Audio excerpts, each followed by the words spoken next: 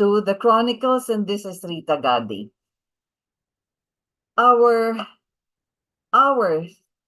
this afternoon or this evening or this morning, wherever you're listening in, is really something about where I was a long time ago as far as Philippine politics is concerned, and also about the happenings then until perhaps today. So where do I begin? Where was my presence first? Oh dear. I go back to 1965, covering the National Convention of the Nacionalista Party, because at the time there were only two political parties, the Nacionalista Party and the Liberal Party. And so elections, national elections for the presidency and other officials were already set. But they had to go through a convention. In other words, the political parties will hold their own voting as to who their candidates would be, and that is for the president and the vice president.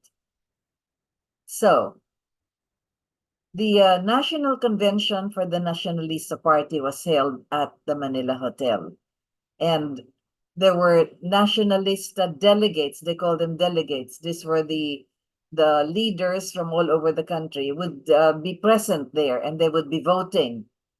But the party itself has already set who the candidates are. They have their own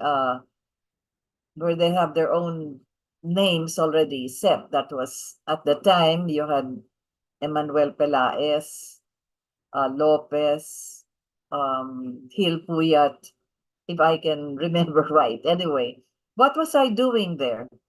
Well, we come from Mindanao, and my father was the head of the delegates coming from our province, which was Cotabato. Cotabato at the time was the largest province in the country. So Cotabato province had 10 delegates. They were under my father, and he brought them to Manila for the National Convention. But they were already committed to the candidacy of Gil Puyat. At the time, the Nacionalista Party was headed by who they called the Grand Old Man, Amang Rodriguez, Lohio Rodriguez, Senior. So there were already the candidates set, but Ferdinand Marcos was a newcomer. How did this happen? Ferdinand Edralin Marcos was a candidate for the presidency, but prior to that, he was a Liberal Party member. He believed that running for re-election, he would be supported by the incumbent Liberal president, Diosdado Macapagal, but that did not happen. So he had to transfer to the Nacionalista Party because the incumbent president was running also for re-election.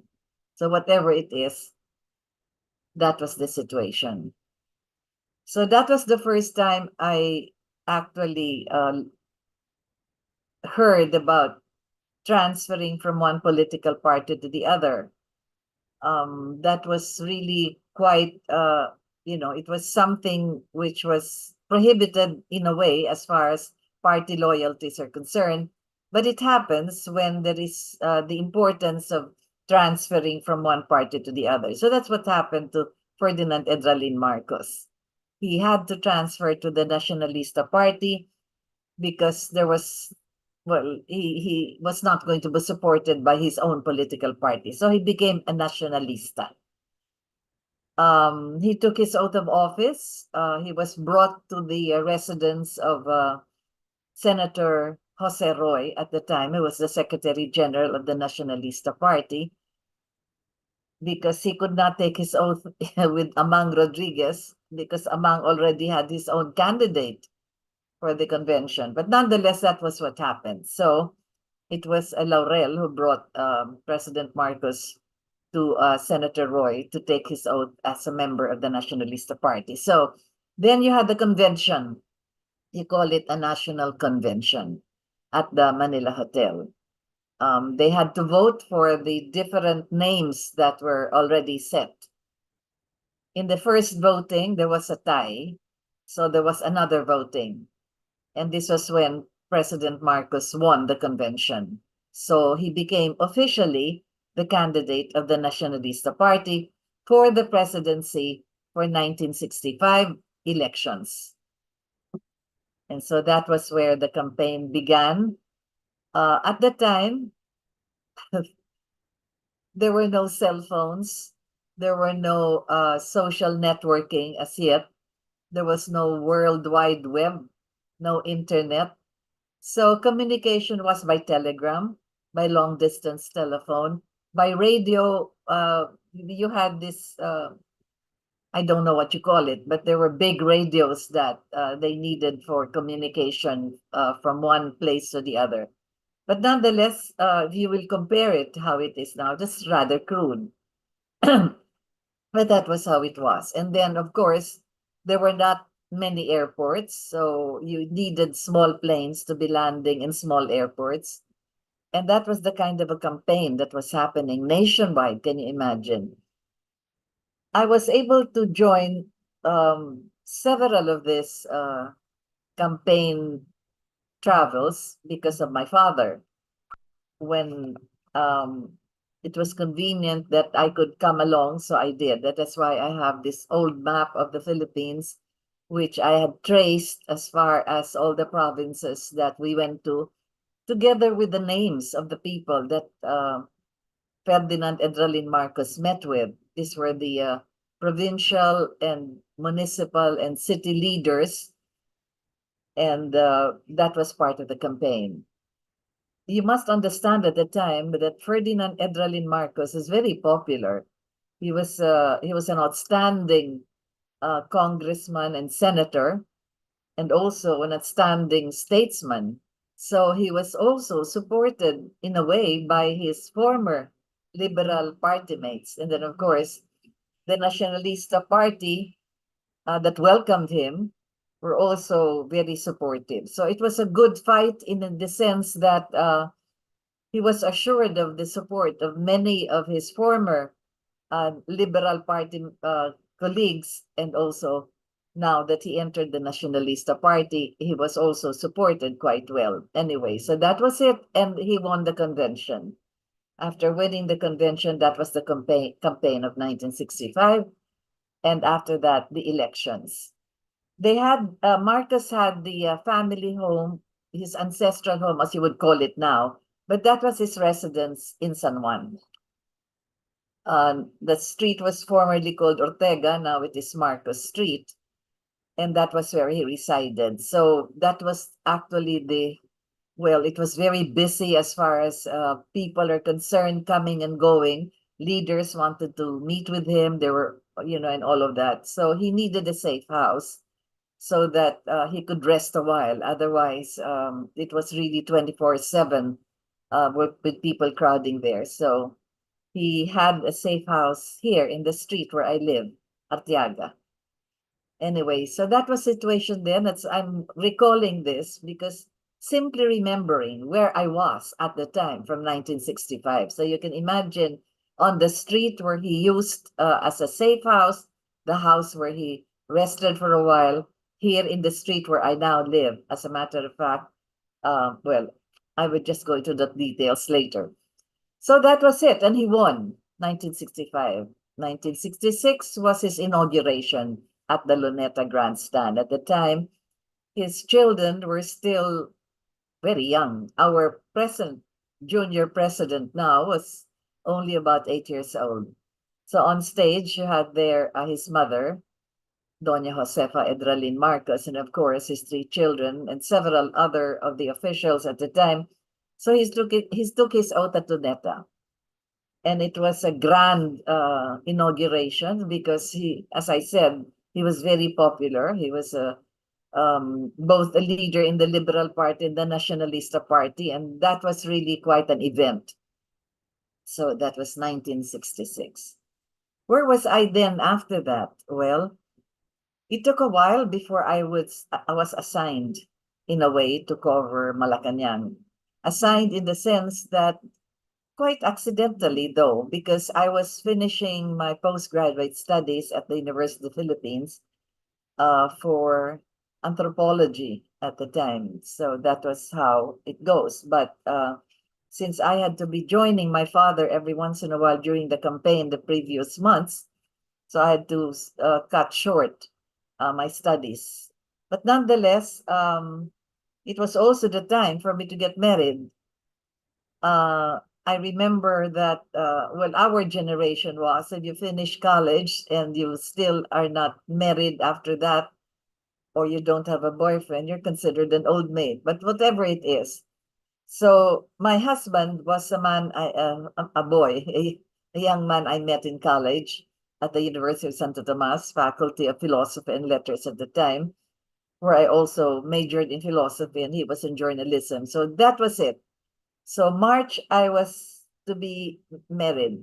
And the surprise of my marriage was President Marcos told my father that he wanted to be my sponsor, one of the sponsors for my wedding.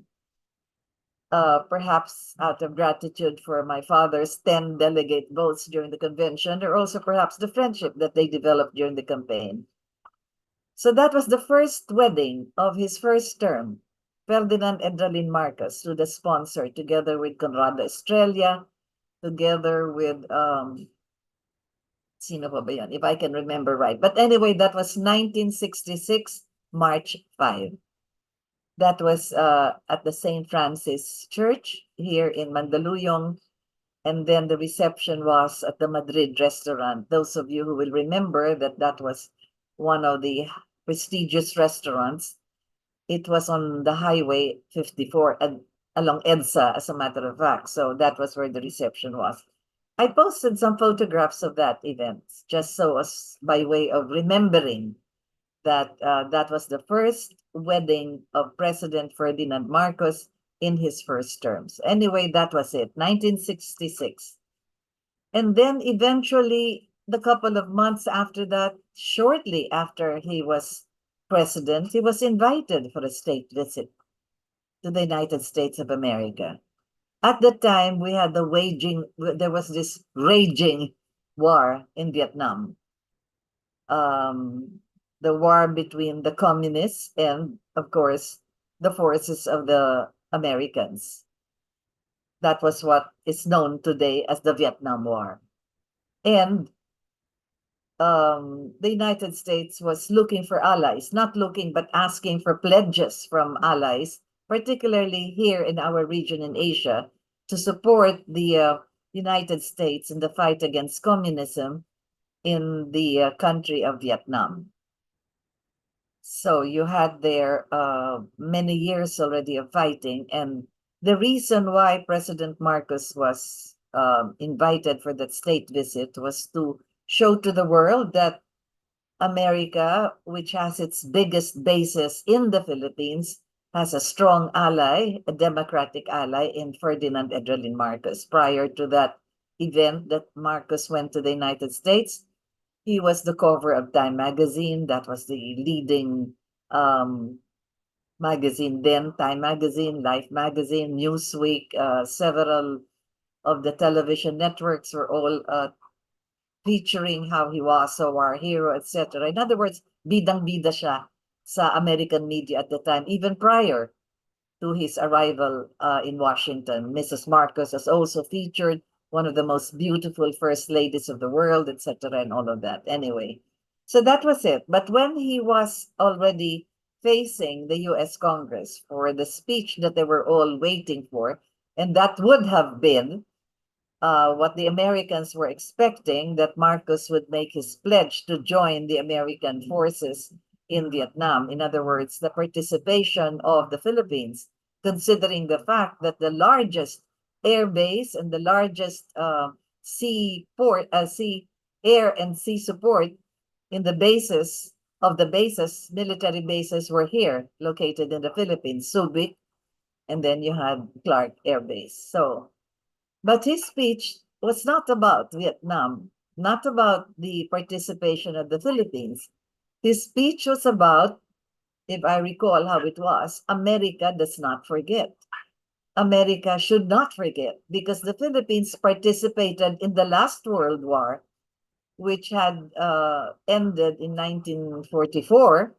So that was barely 20 years or so, or 22 years ago from the time that he went to the United States for that state visit. And yet, what was promised to the Filipino veterans of that war, that was the United States of America Forces of the Far East, the USAFE, as they would call it, the acronym, the veterans were not yet paid what was due them as promised, because they were fighting under the American flag with the Americans in that World War, in the Second World War.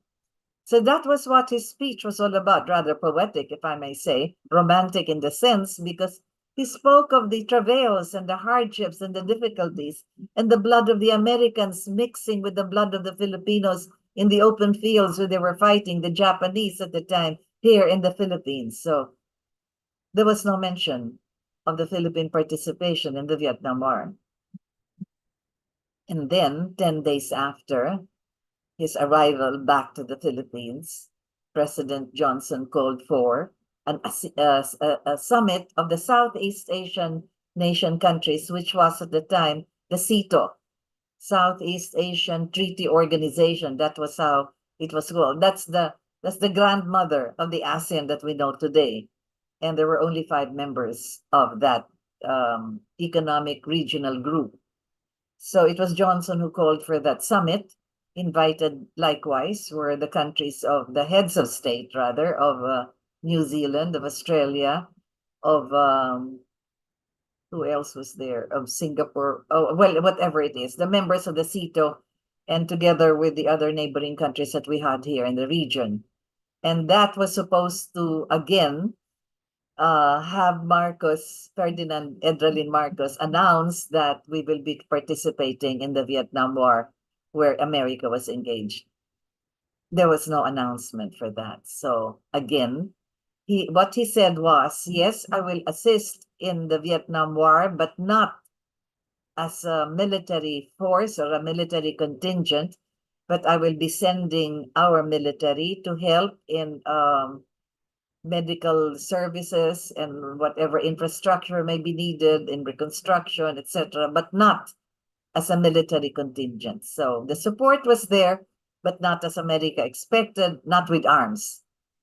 His reason, President Edralin Marcos' reason was Vietnam is a neighbor, and it is not proper for the Philippines, or at least at the time he felt that we should not be fighting each other in the region in that manner. So whatever war America was engaging against the communists in Vietnam, that was America's concern, not ours. So be that as it may, the champion of democracy, which America hailed to be as President Ferdinand Edralin Marcos, refused to join with the military contingent. So that was then. That was the beginning of his first term.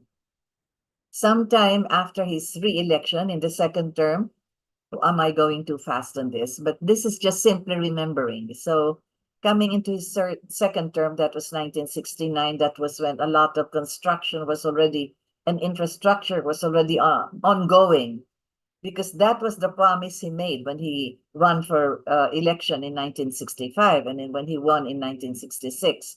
Roads and bridges, schoolhouses, electricity. So that was already ongoing. A bulb in every house, electricity practically even in the remotest places of the country.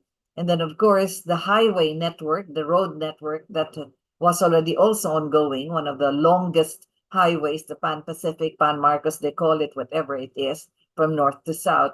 Airports were being built, seaports were also being built, dams were also being built, all of that ongoing until his second term and onwards. So that was 1969 all the way for the next couple of years. And then, of course, what happened was the communists in the Philippines was also getting stronger precisely because of the support of then at the time of the People's Republic of China, and of course is the waging war in Vietnam.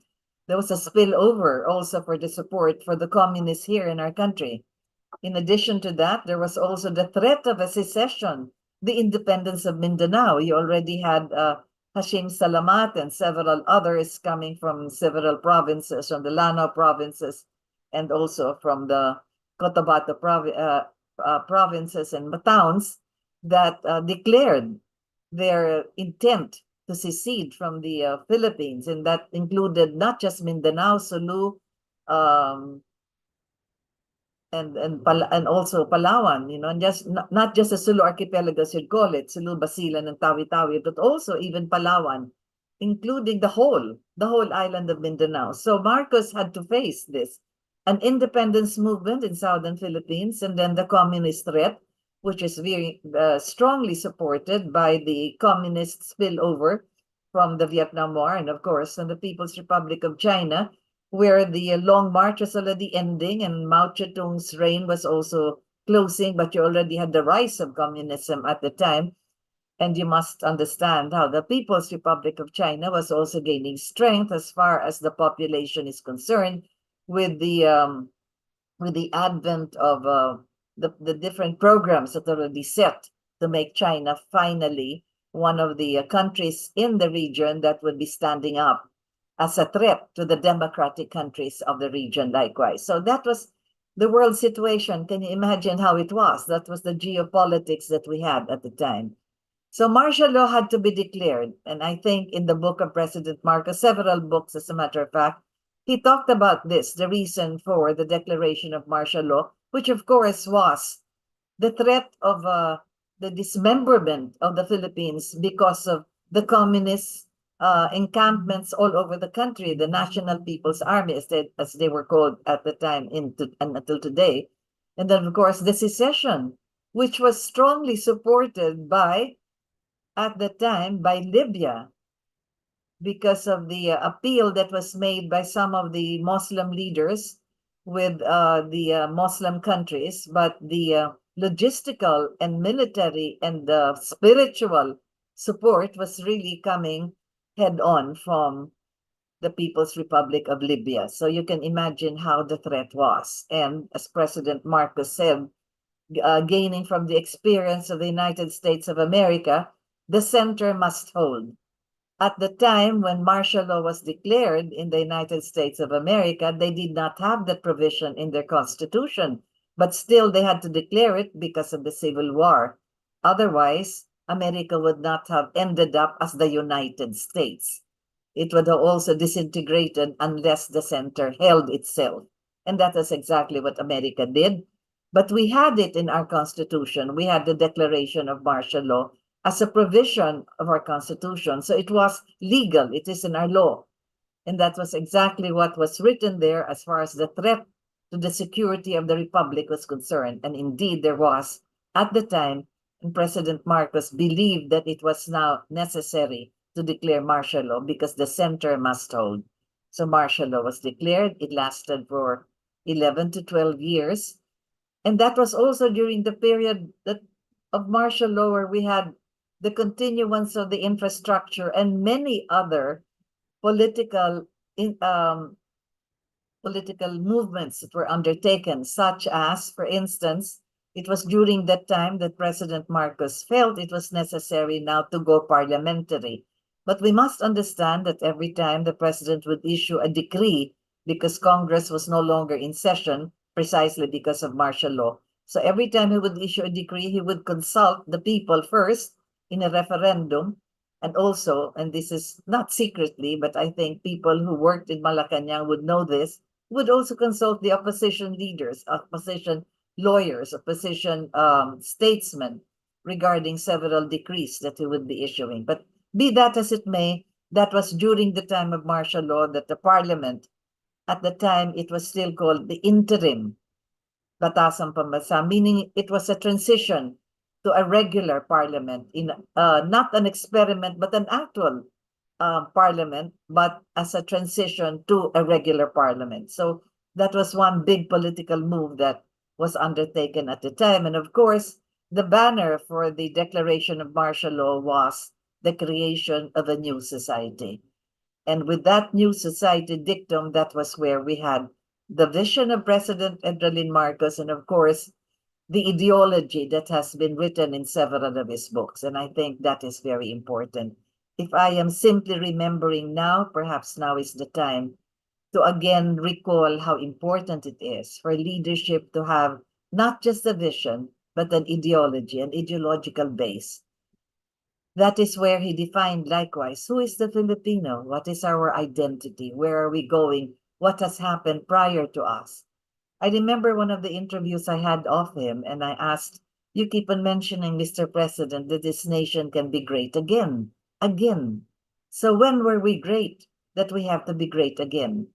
So that was where he had this historical reply, tracing all the way back to how we were at a certain period in our history under the datuship of several of these tribes.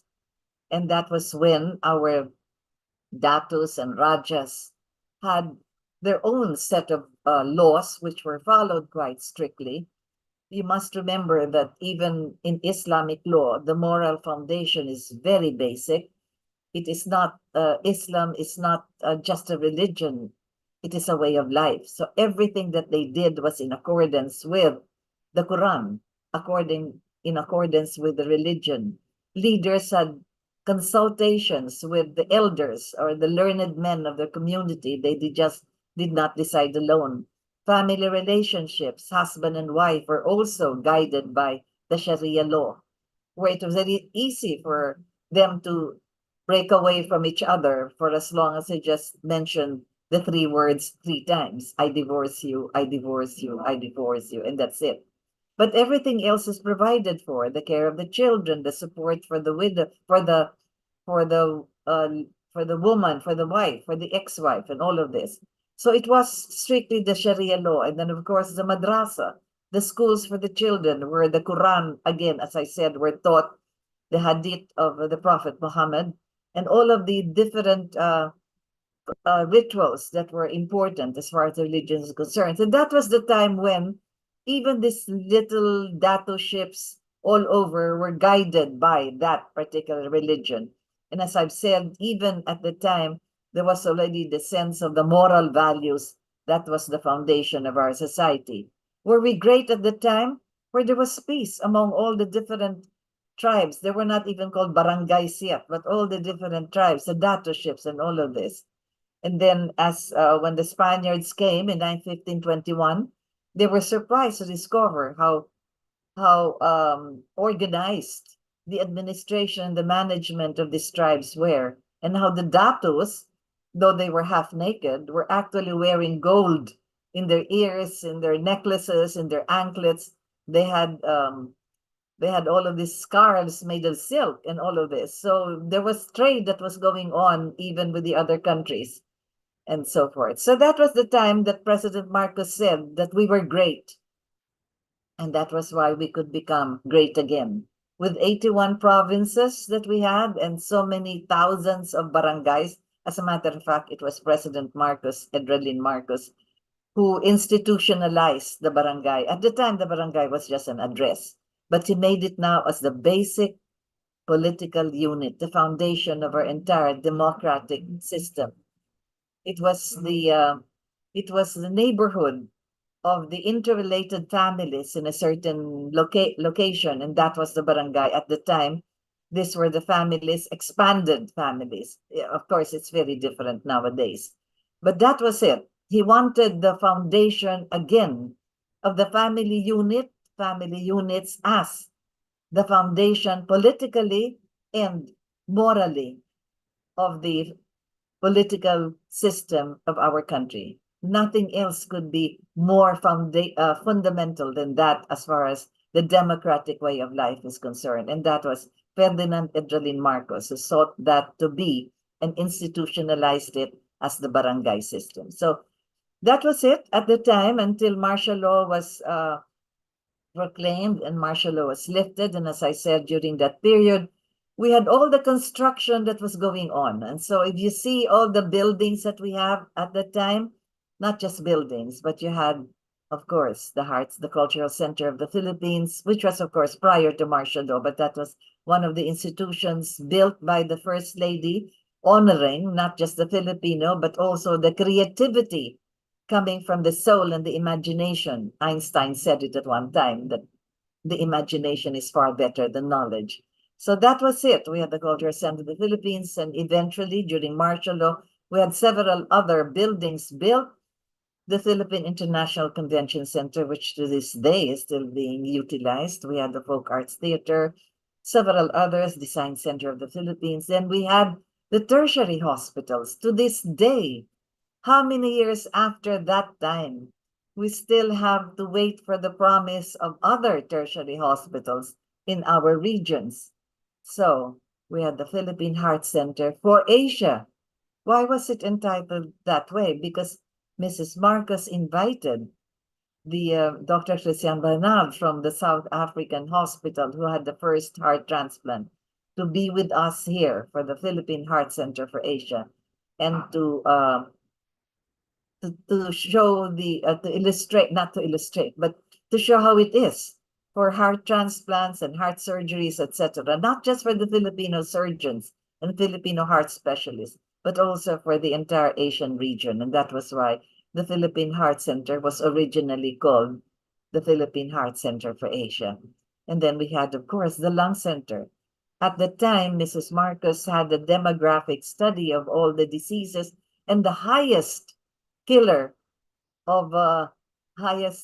illness at the time, or disease, was tuberculosis.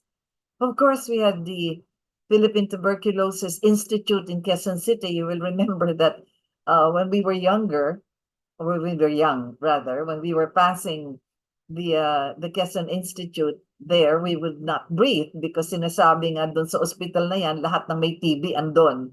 So, but that was not sufficient. That could accommodate only so much, and they did not have all the equipment and facilities for the treatment, because tuberculosis can be treated and can be prevented before it become, a deadly kind of illness, and you would die of it. So that was it, and that was why the Lung Center was also built, with all the equipment, facilities, and all the best doctors that we have for there. And then, of course, the Kidney Center. At the time, Mrs. Marcos herself went all over the kidney centers in America to find out what kind of equipment, facilities, and so forth that were there. As a matter of fact, in one hospital, the doctors there were even asking, would we know how to operate this, etc., and where is this going? Some would even ask, where is the Philippines? So that was how it was early on during the Ferdinand Edralin Marcos administration. So those were the tertiary hospitals, and online.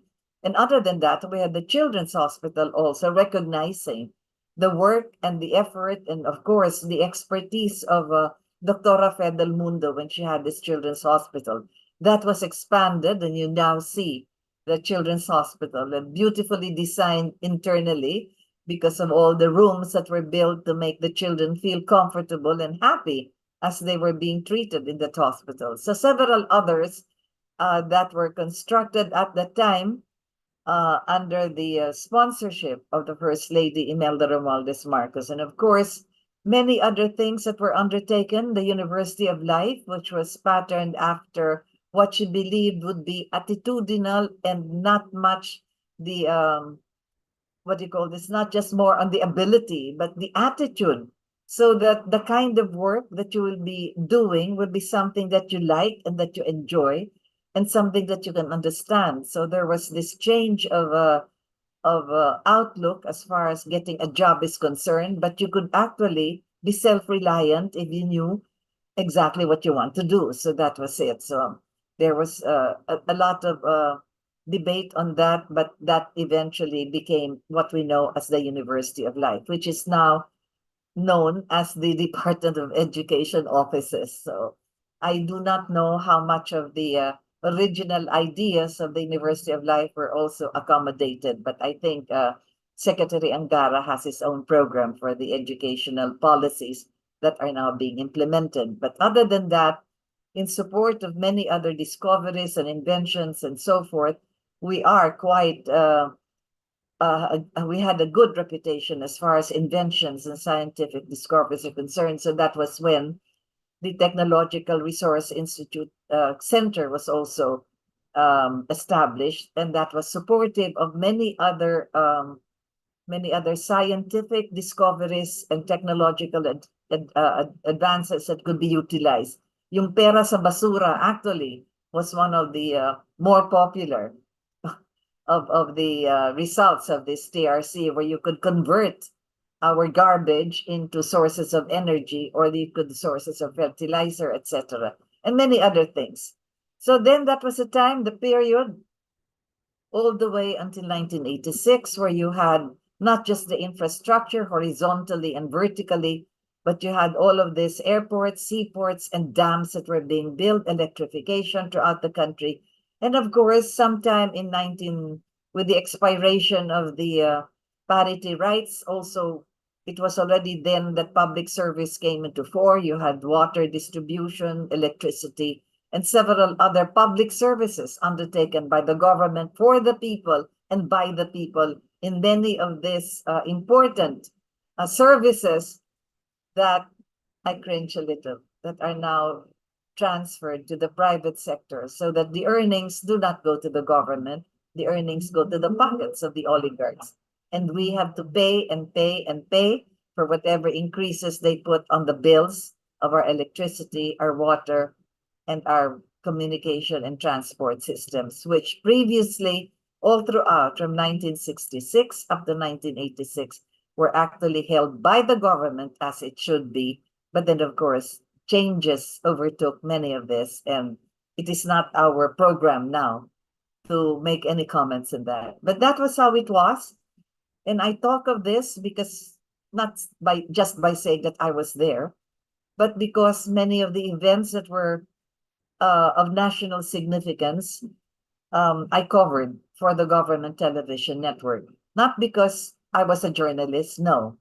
As I said, I was a philosophy major, but by some twist of fate, as you would call it, the late Carmen Guerrero Nakpil, Tita Chitang, as you would call her, was the one who introduced me to television.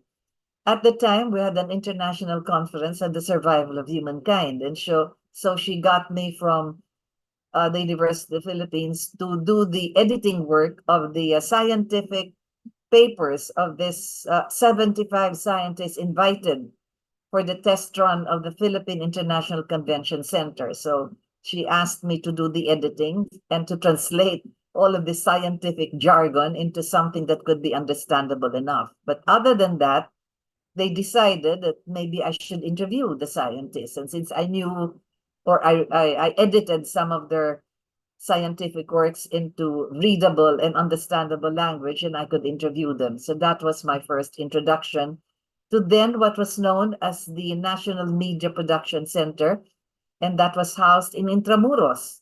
That was the first Channel 4, the government television station at the time. So they gave me a television hour.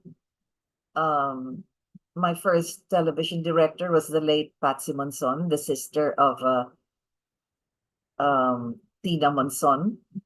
And she had a difficult time trying to make me understand all the signals and signs that I had to follow, because I did not know anything of television broadcast. So that was how I got into television. And then the International Monetary Fund was already scheduled. The World Bank and all the other finance and economic officials of the world, for the first time, we're going to meet here in Manila, in the Philippines. So that was why the PICC was built.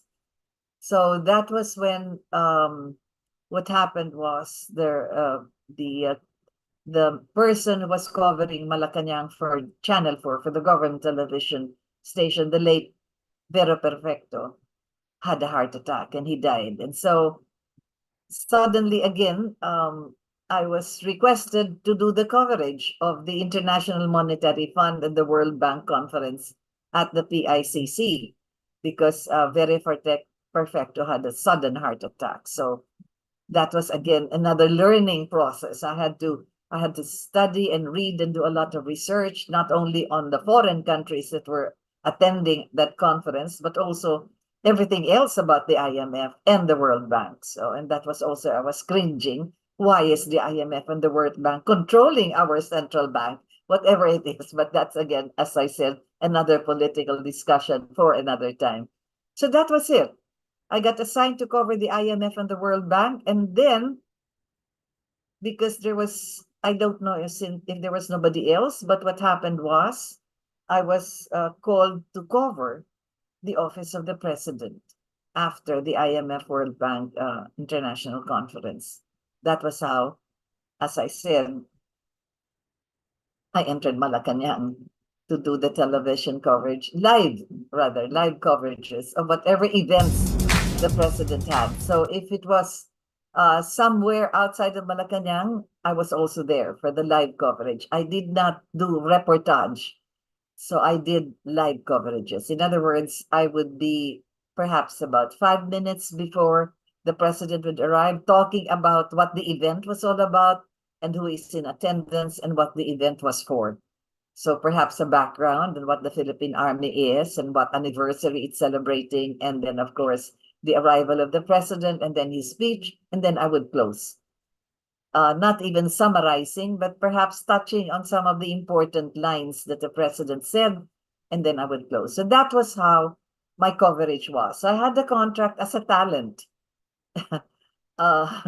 Some kind like when you have a singing idol, for instance, not the singing, but a singer that was invited for an event, then for several events or whatever, then he or she was given a contract. So that was my contract as a talent, that I was covering the office of the president for live coverages. So I was not a member of the KDP, Kapisanan ng Broadcasters. I was not a member of the Malacanang Press Corps. I was solo.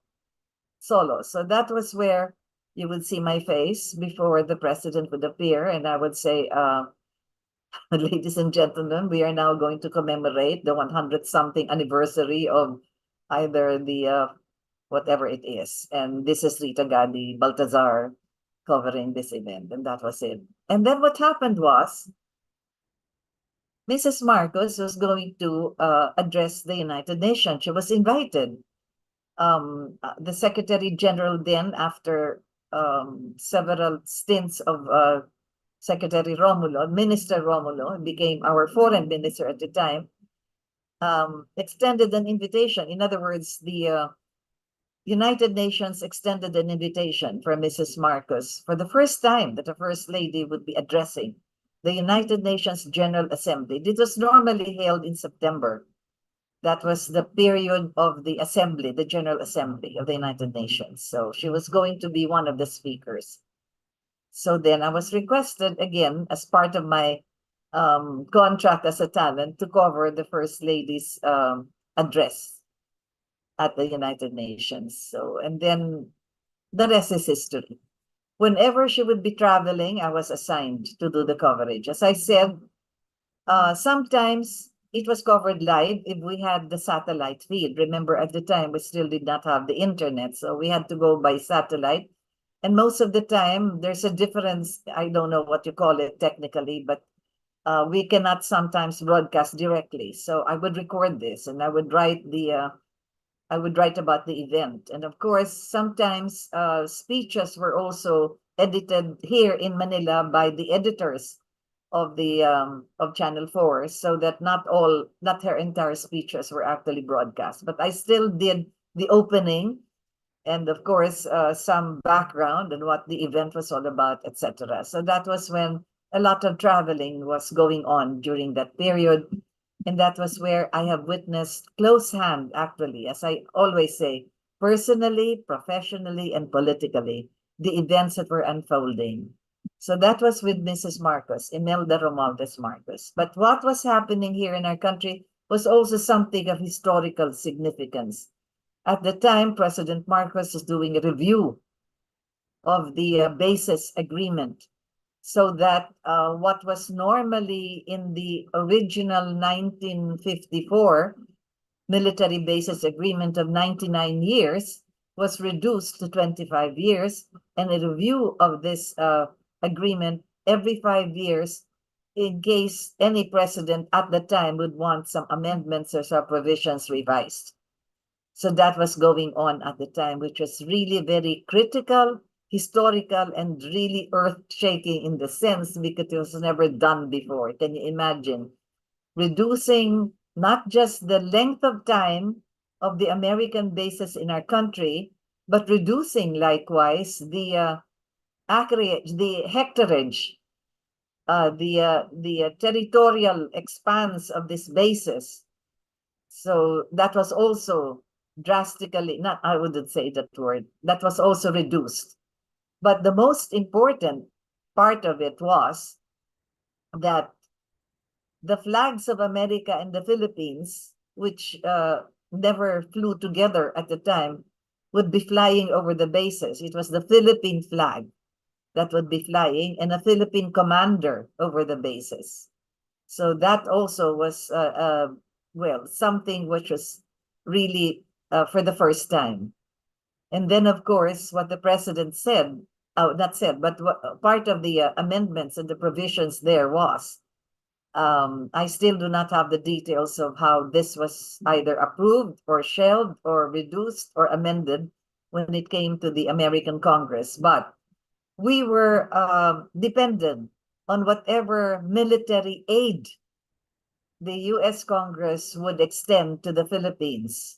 So there were not just negotiations, but we had to be on the good light, or we had to be as a good friend of American policymakers so that American Congress would increase the military aid being given to the Philippines.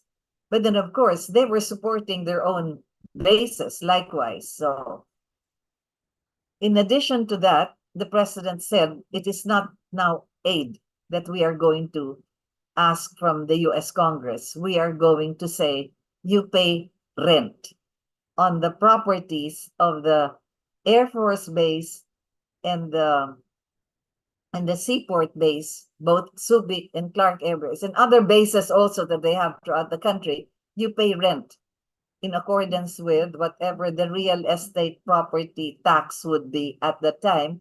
That would be the amount of rent that would be paid.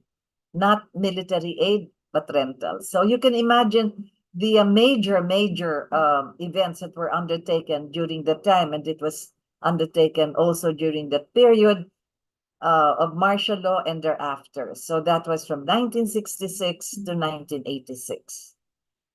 The administration of Ferdinand Edralin Marcos and also Imelda Romualdez Marcos, who eventually held several government positions, not just as governor of Metro Manila, but also as member of parliament, and likewise as chairman of several of the institutions like the Philippine General Hospital and also several others that included her political expertise in all of this. So she was not just governor of Metro Manila, but also, as I've said, a member of parliament. And then, of course, she was also the minister, the newly created department, the Ministry of Human Settlements, where she undertook the care for the 11 basic needs of a human community. That's why it's called a human settlement. So there you had water, power, food, clothing, shelter, education, sports, recreation, justice, peace and order, etc., ecological balance, all 11 basic needs of a human community, which he had under the Ministry of Human Settlement. So every time a human settlements will be constructed, it was not just for housing. Everything else will have to be included. As I said, water, power, food, clothing, shelter, education, recreation, etc., sports, and all of that. So I used to memorize this because, as I've said, every time there was a new settlement being inaugurated, I had to be there likewise for the live coverage. And so it was until something happened along the way. Whatever it is that America has decided during that period from 1983 or so until 1986, there was this pressure on President Marcos for a change of administration or a change of government or a change of leadership. And I think many of you who were already at the time aware of the political situation and the geopolitical horizon, we had the snap elections. That was by some pressure undertaken by Washington. If you read the book of former Secretary George Shultz, it's all there. Triumph and Turmoil, there is a chapter there on the Philippines. And from there, you can already understand why the snap elections had to be called, how they supported Corazon Aquino, and what happened thereafter, and why it had to be done, and who were the people actually who did this as far as our country is concerned. So I will not comment on that anymore because that's already written.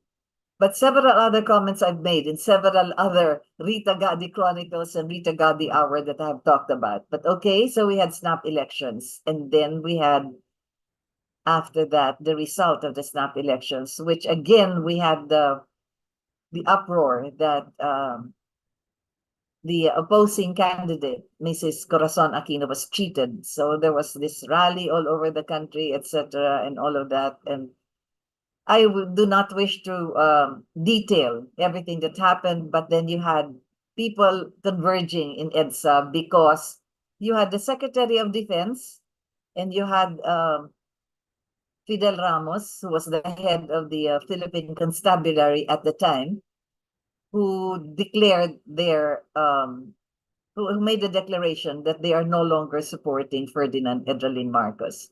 One is a cousin, the other was, in the beginning of his career, was formerly Bureau of Customs Chief, Justice, etc., etc., and National Defense Secretary. So that was Juan Ponce Enrile. He lives up to this day and sits in the palace with the son of Ferdinand Edralin Marcos. So these two, after making their declaration, encamped in one of the bases, Philippine bases in EDSA. And that's where you had the people gathering in support of them and calling for, for President Marcos to step down. And then the rest is part of our political history at the time. President Marcos had several visits from the White House. You had the former ambassador Philip Habib, you had Paul Laxalt, and then you had several others who came asking him to step down, to have a formation of a council or something where he would sit together with Mrs. Aquino or what, and several other proposals. But then again, eventually he had to accede because then I was there when we were bombed in Malacanang twice, actually. No, not twice, but two bombs fell. So the threat was rather serious, although not in the sense it was not life-threatening because the bombs fell somewhere, but it was enough to give the signal that if Ferdinand Marcos and his family would not leave the Malacanang, maybe the bombs would fall elsewhere. They've done this in several countries. We've seen this done against other leaders of other countries. It just so happened that President Marcos is a friend, a war hero, and a good statesman as that. But whatever designs America had at the time, it was really quite painful and humiliating for Ferdinand Edralin Marcos. And so in that fateful day of February, they had to leave Malacanang. So suddenly I was out of job. I did not know what was happening at the time as far as those other details are concerned, but several others that occurred there until their departure, I was there. And I've talked about this in several other chronicles that I already held and already announced, but I am just doing this simply to remember Now we have the son of Ferdinand Edelin Marcos, the Jr., as our president. I would not want to go back to what it was in the 20 years of her administration. I already did this at some time. I would feel nostalgic in many instances. But because of all that has happened then, perhaps because I can simply remember, it is time perhaps for those surrounding the junior president themselves to look back in time at the time of his father and find out how things were being done and how effective they were. Today, we still need a number of dams that will have to be constructed. Perhaps the infrastructure that a lot of other presidents have said, build, build, build, and now we're build, build more, or build, build better, whatever it is. But now we need more of the internal infrastructure of the greater number of our Filipinos who need food, clothing, and shelter. So what was it done? How was it done then? How can it still be done today? They branded these Kadiwa centers. Maybe they could look back what the Kadiwa was at that time and find out how effective it was. So many other things, just by simply remembering, we may be able to pick up a number of programs, policies that were undertaken then, and perhaps that could be continued at this time. Our junior president means well. He has spoken of our dreams as his dreams likewise. And in many other presidential pronouncements, he has been encouraging and inspiring. But we also pray that on the third year of his administration, many of the policies, programs, and promises that were stated early on would now be finally, if not ongoing, will be undertaken and will be completed before the end of his term. We wish him well in the same manner that we are still nostalgic as far as his father is concerned. I knew him only when he was 8 years old. And in time, we had different lives. He was studying abroad. And then when he came back in politics, he was in Ilocos. And then when he went to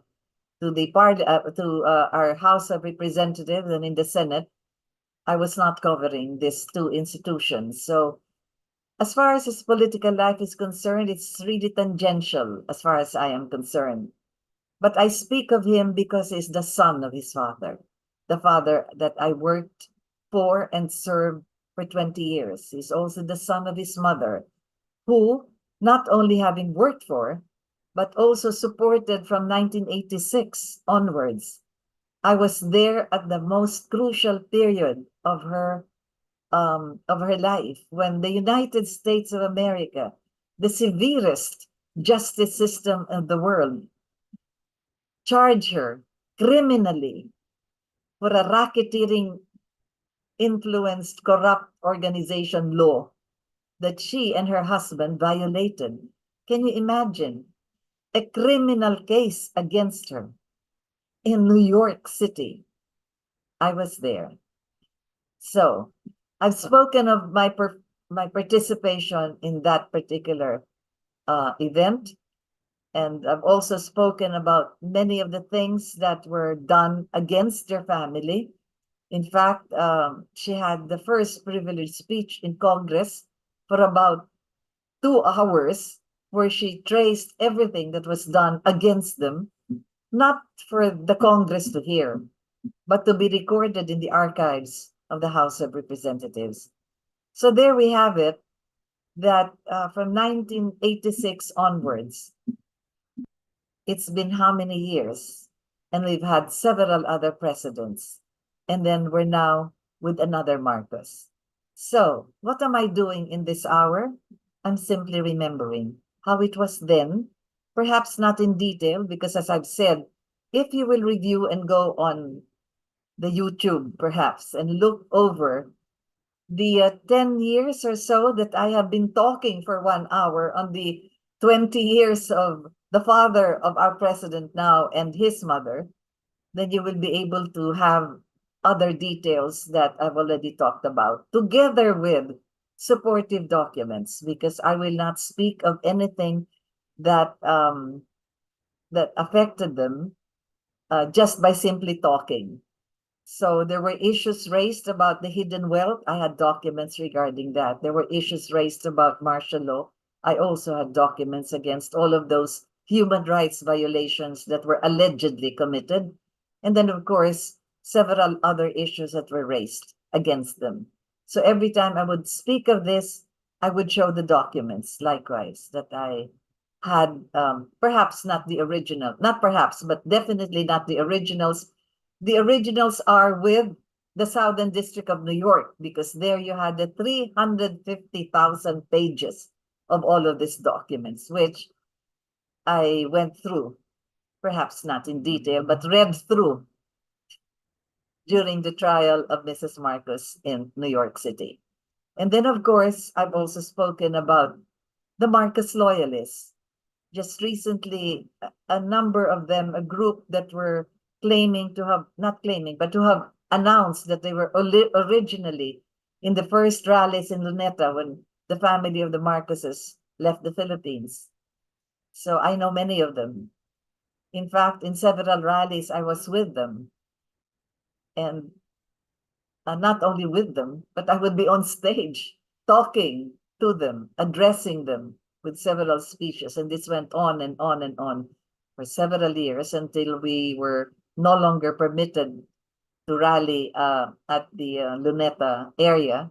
So we were there in front of the United States Embassy, again, clamoring for the return of the Marks and several other incidents. So I've also spoken of them, the loyalists then, the loyalists now, and the loyalists who have changed their loyalties, whatever else I would call this. Perhaps someday I would be able to wrap it up. But for now, this is just simply remembering. So thank you for having joined me. This has been your Chronicles, and this is Rita Gadi.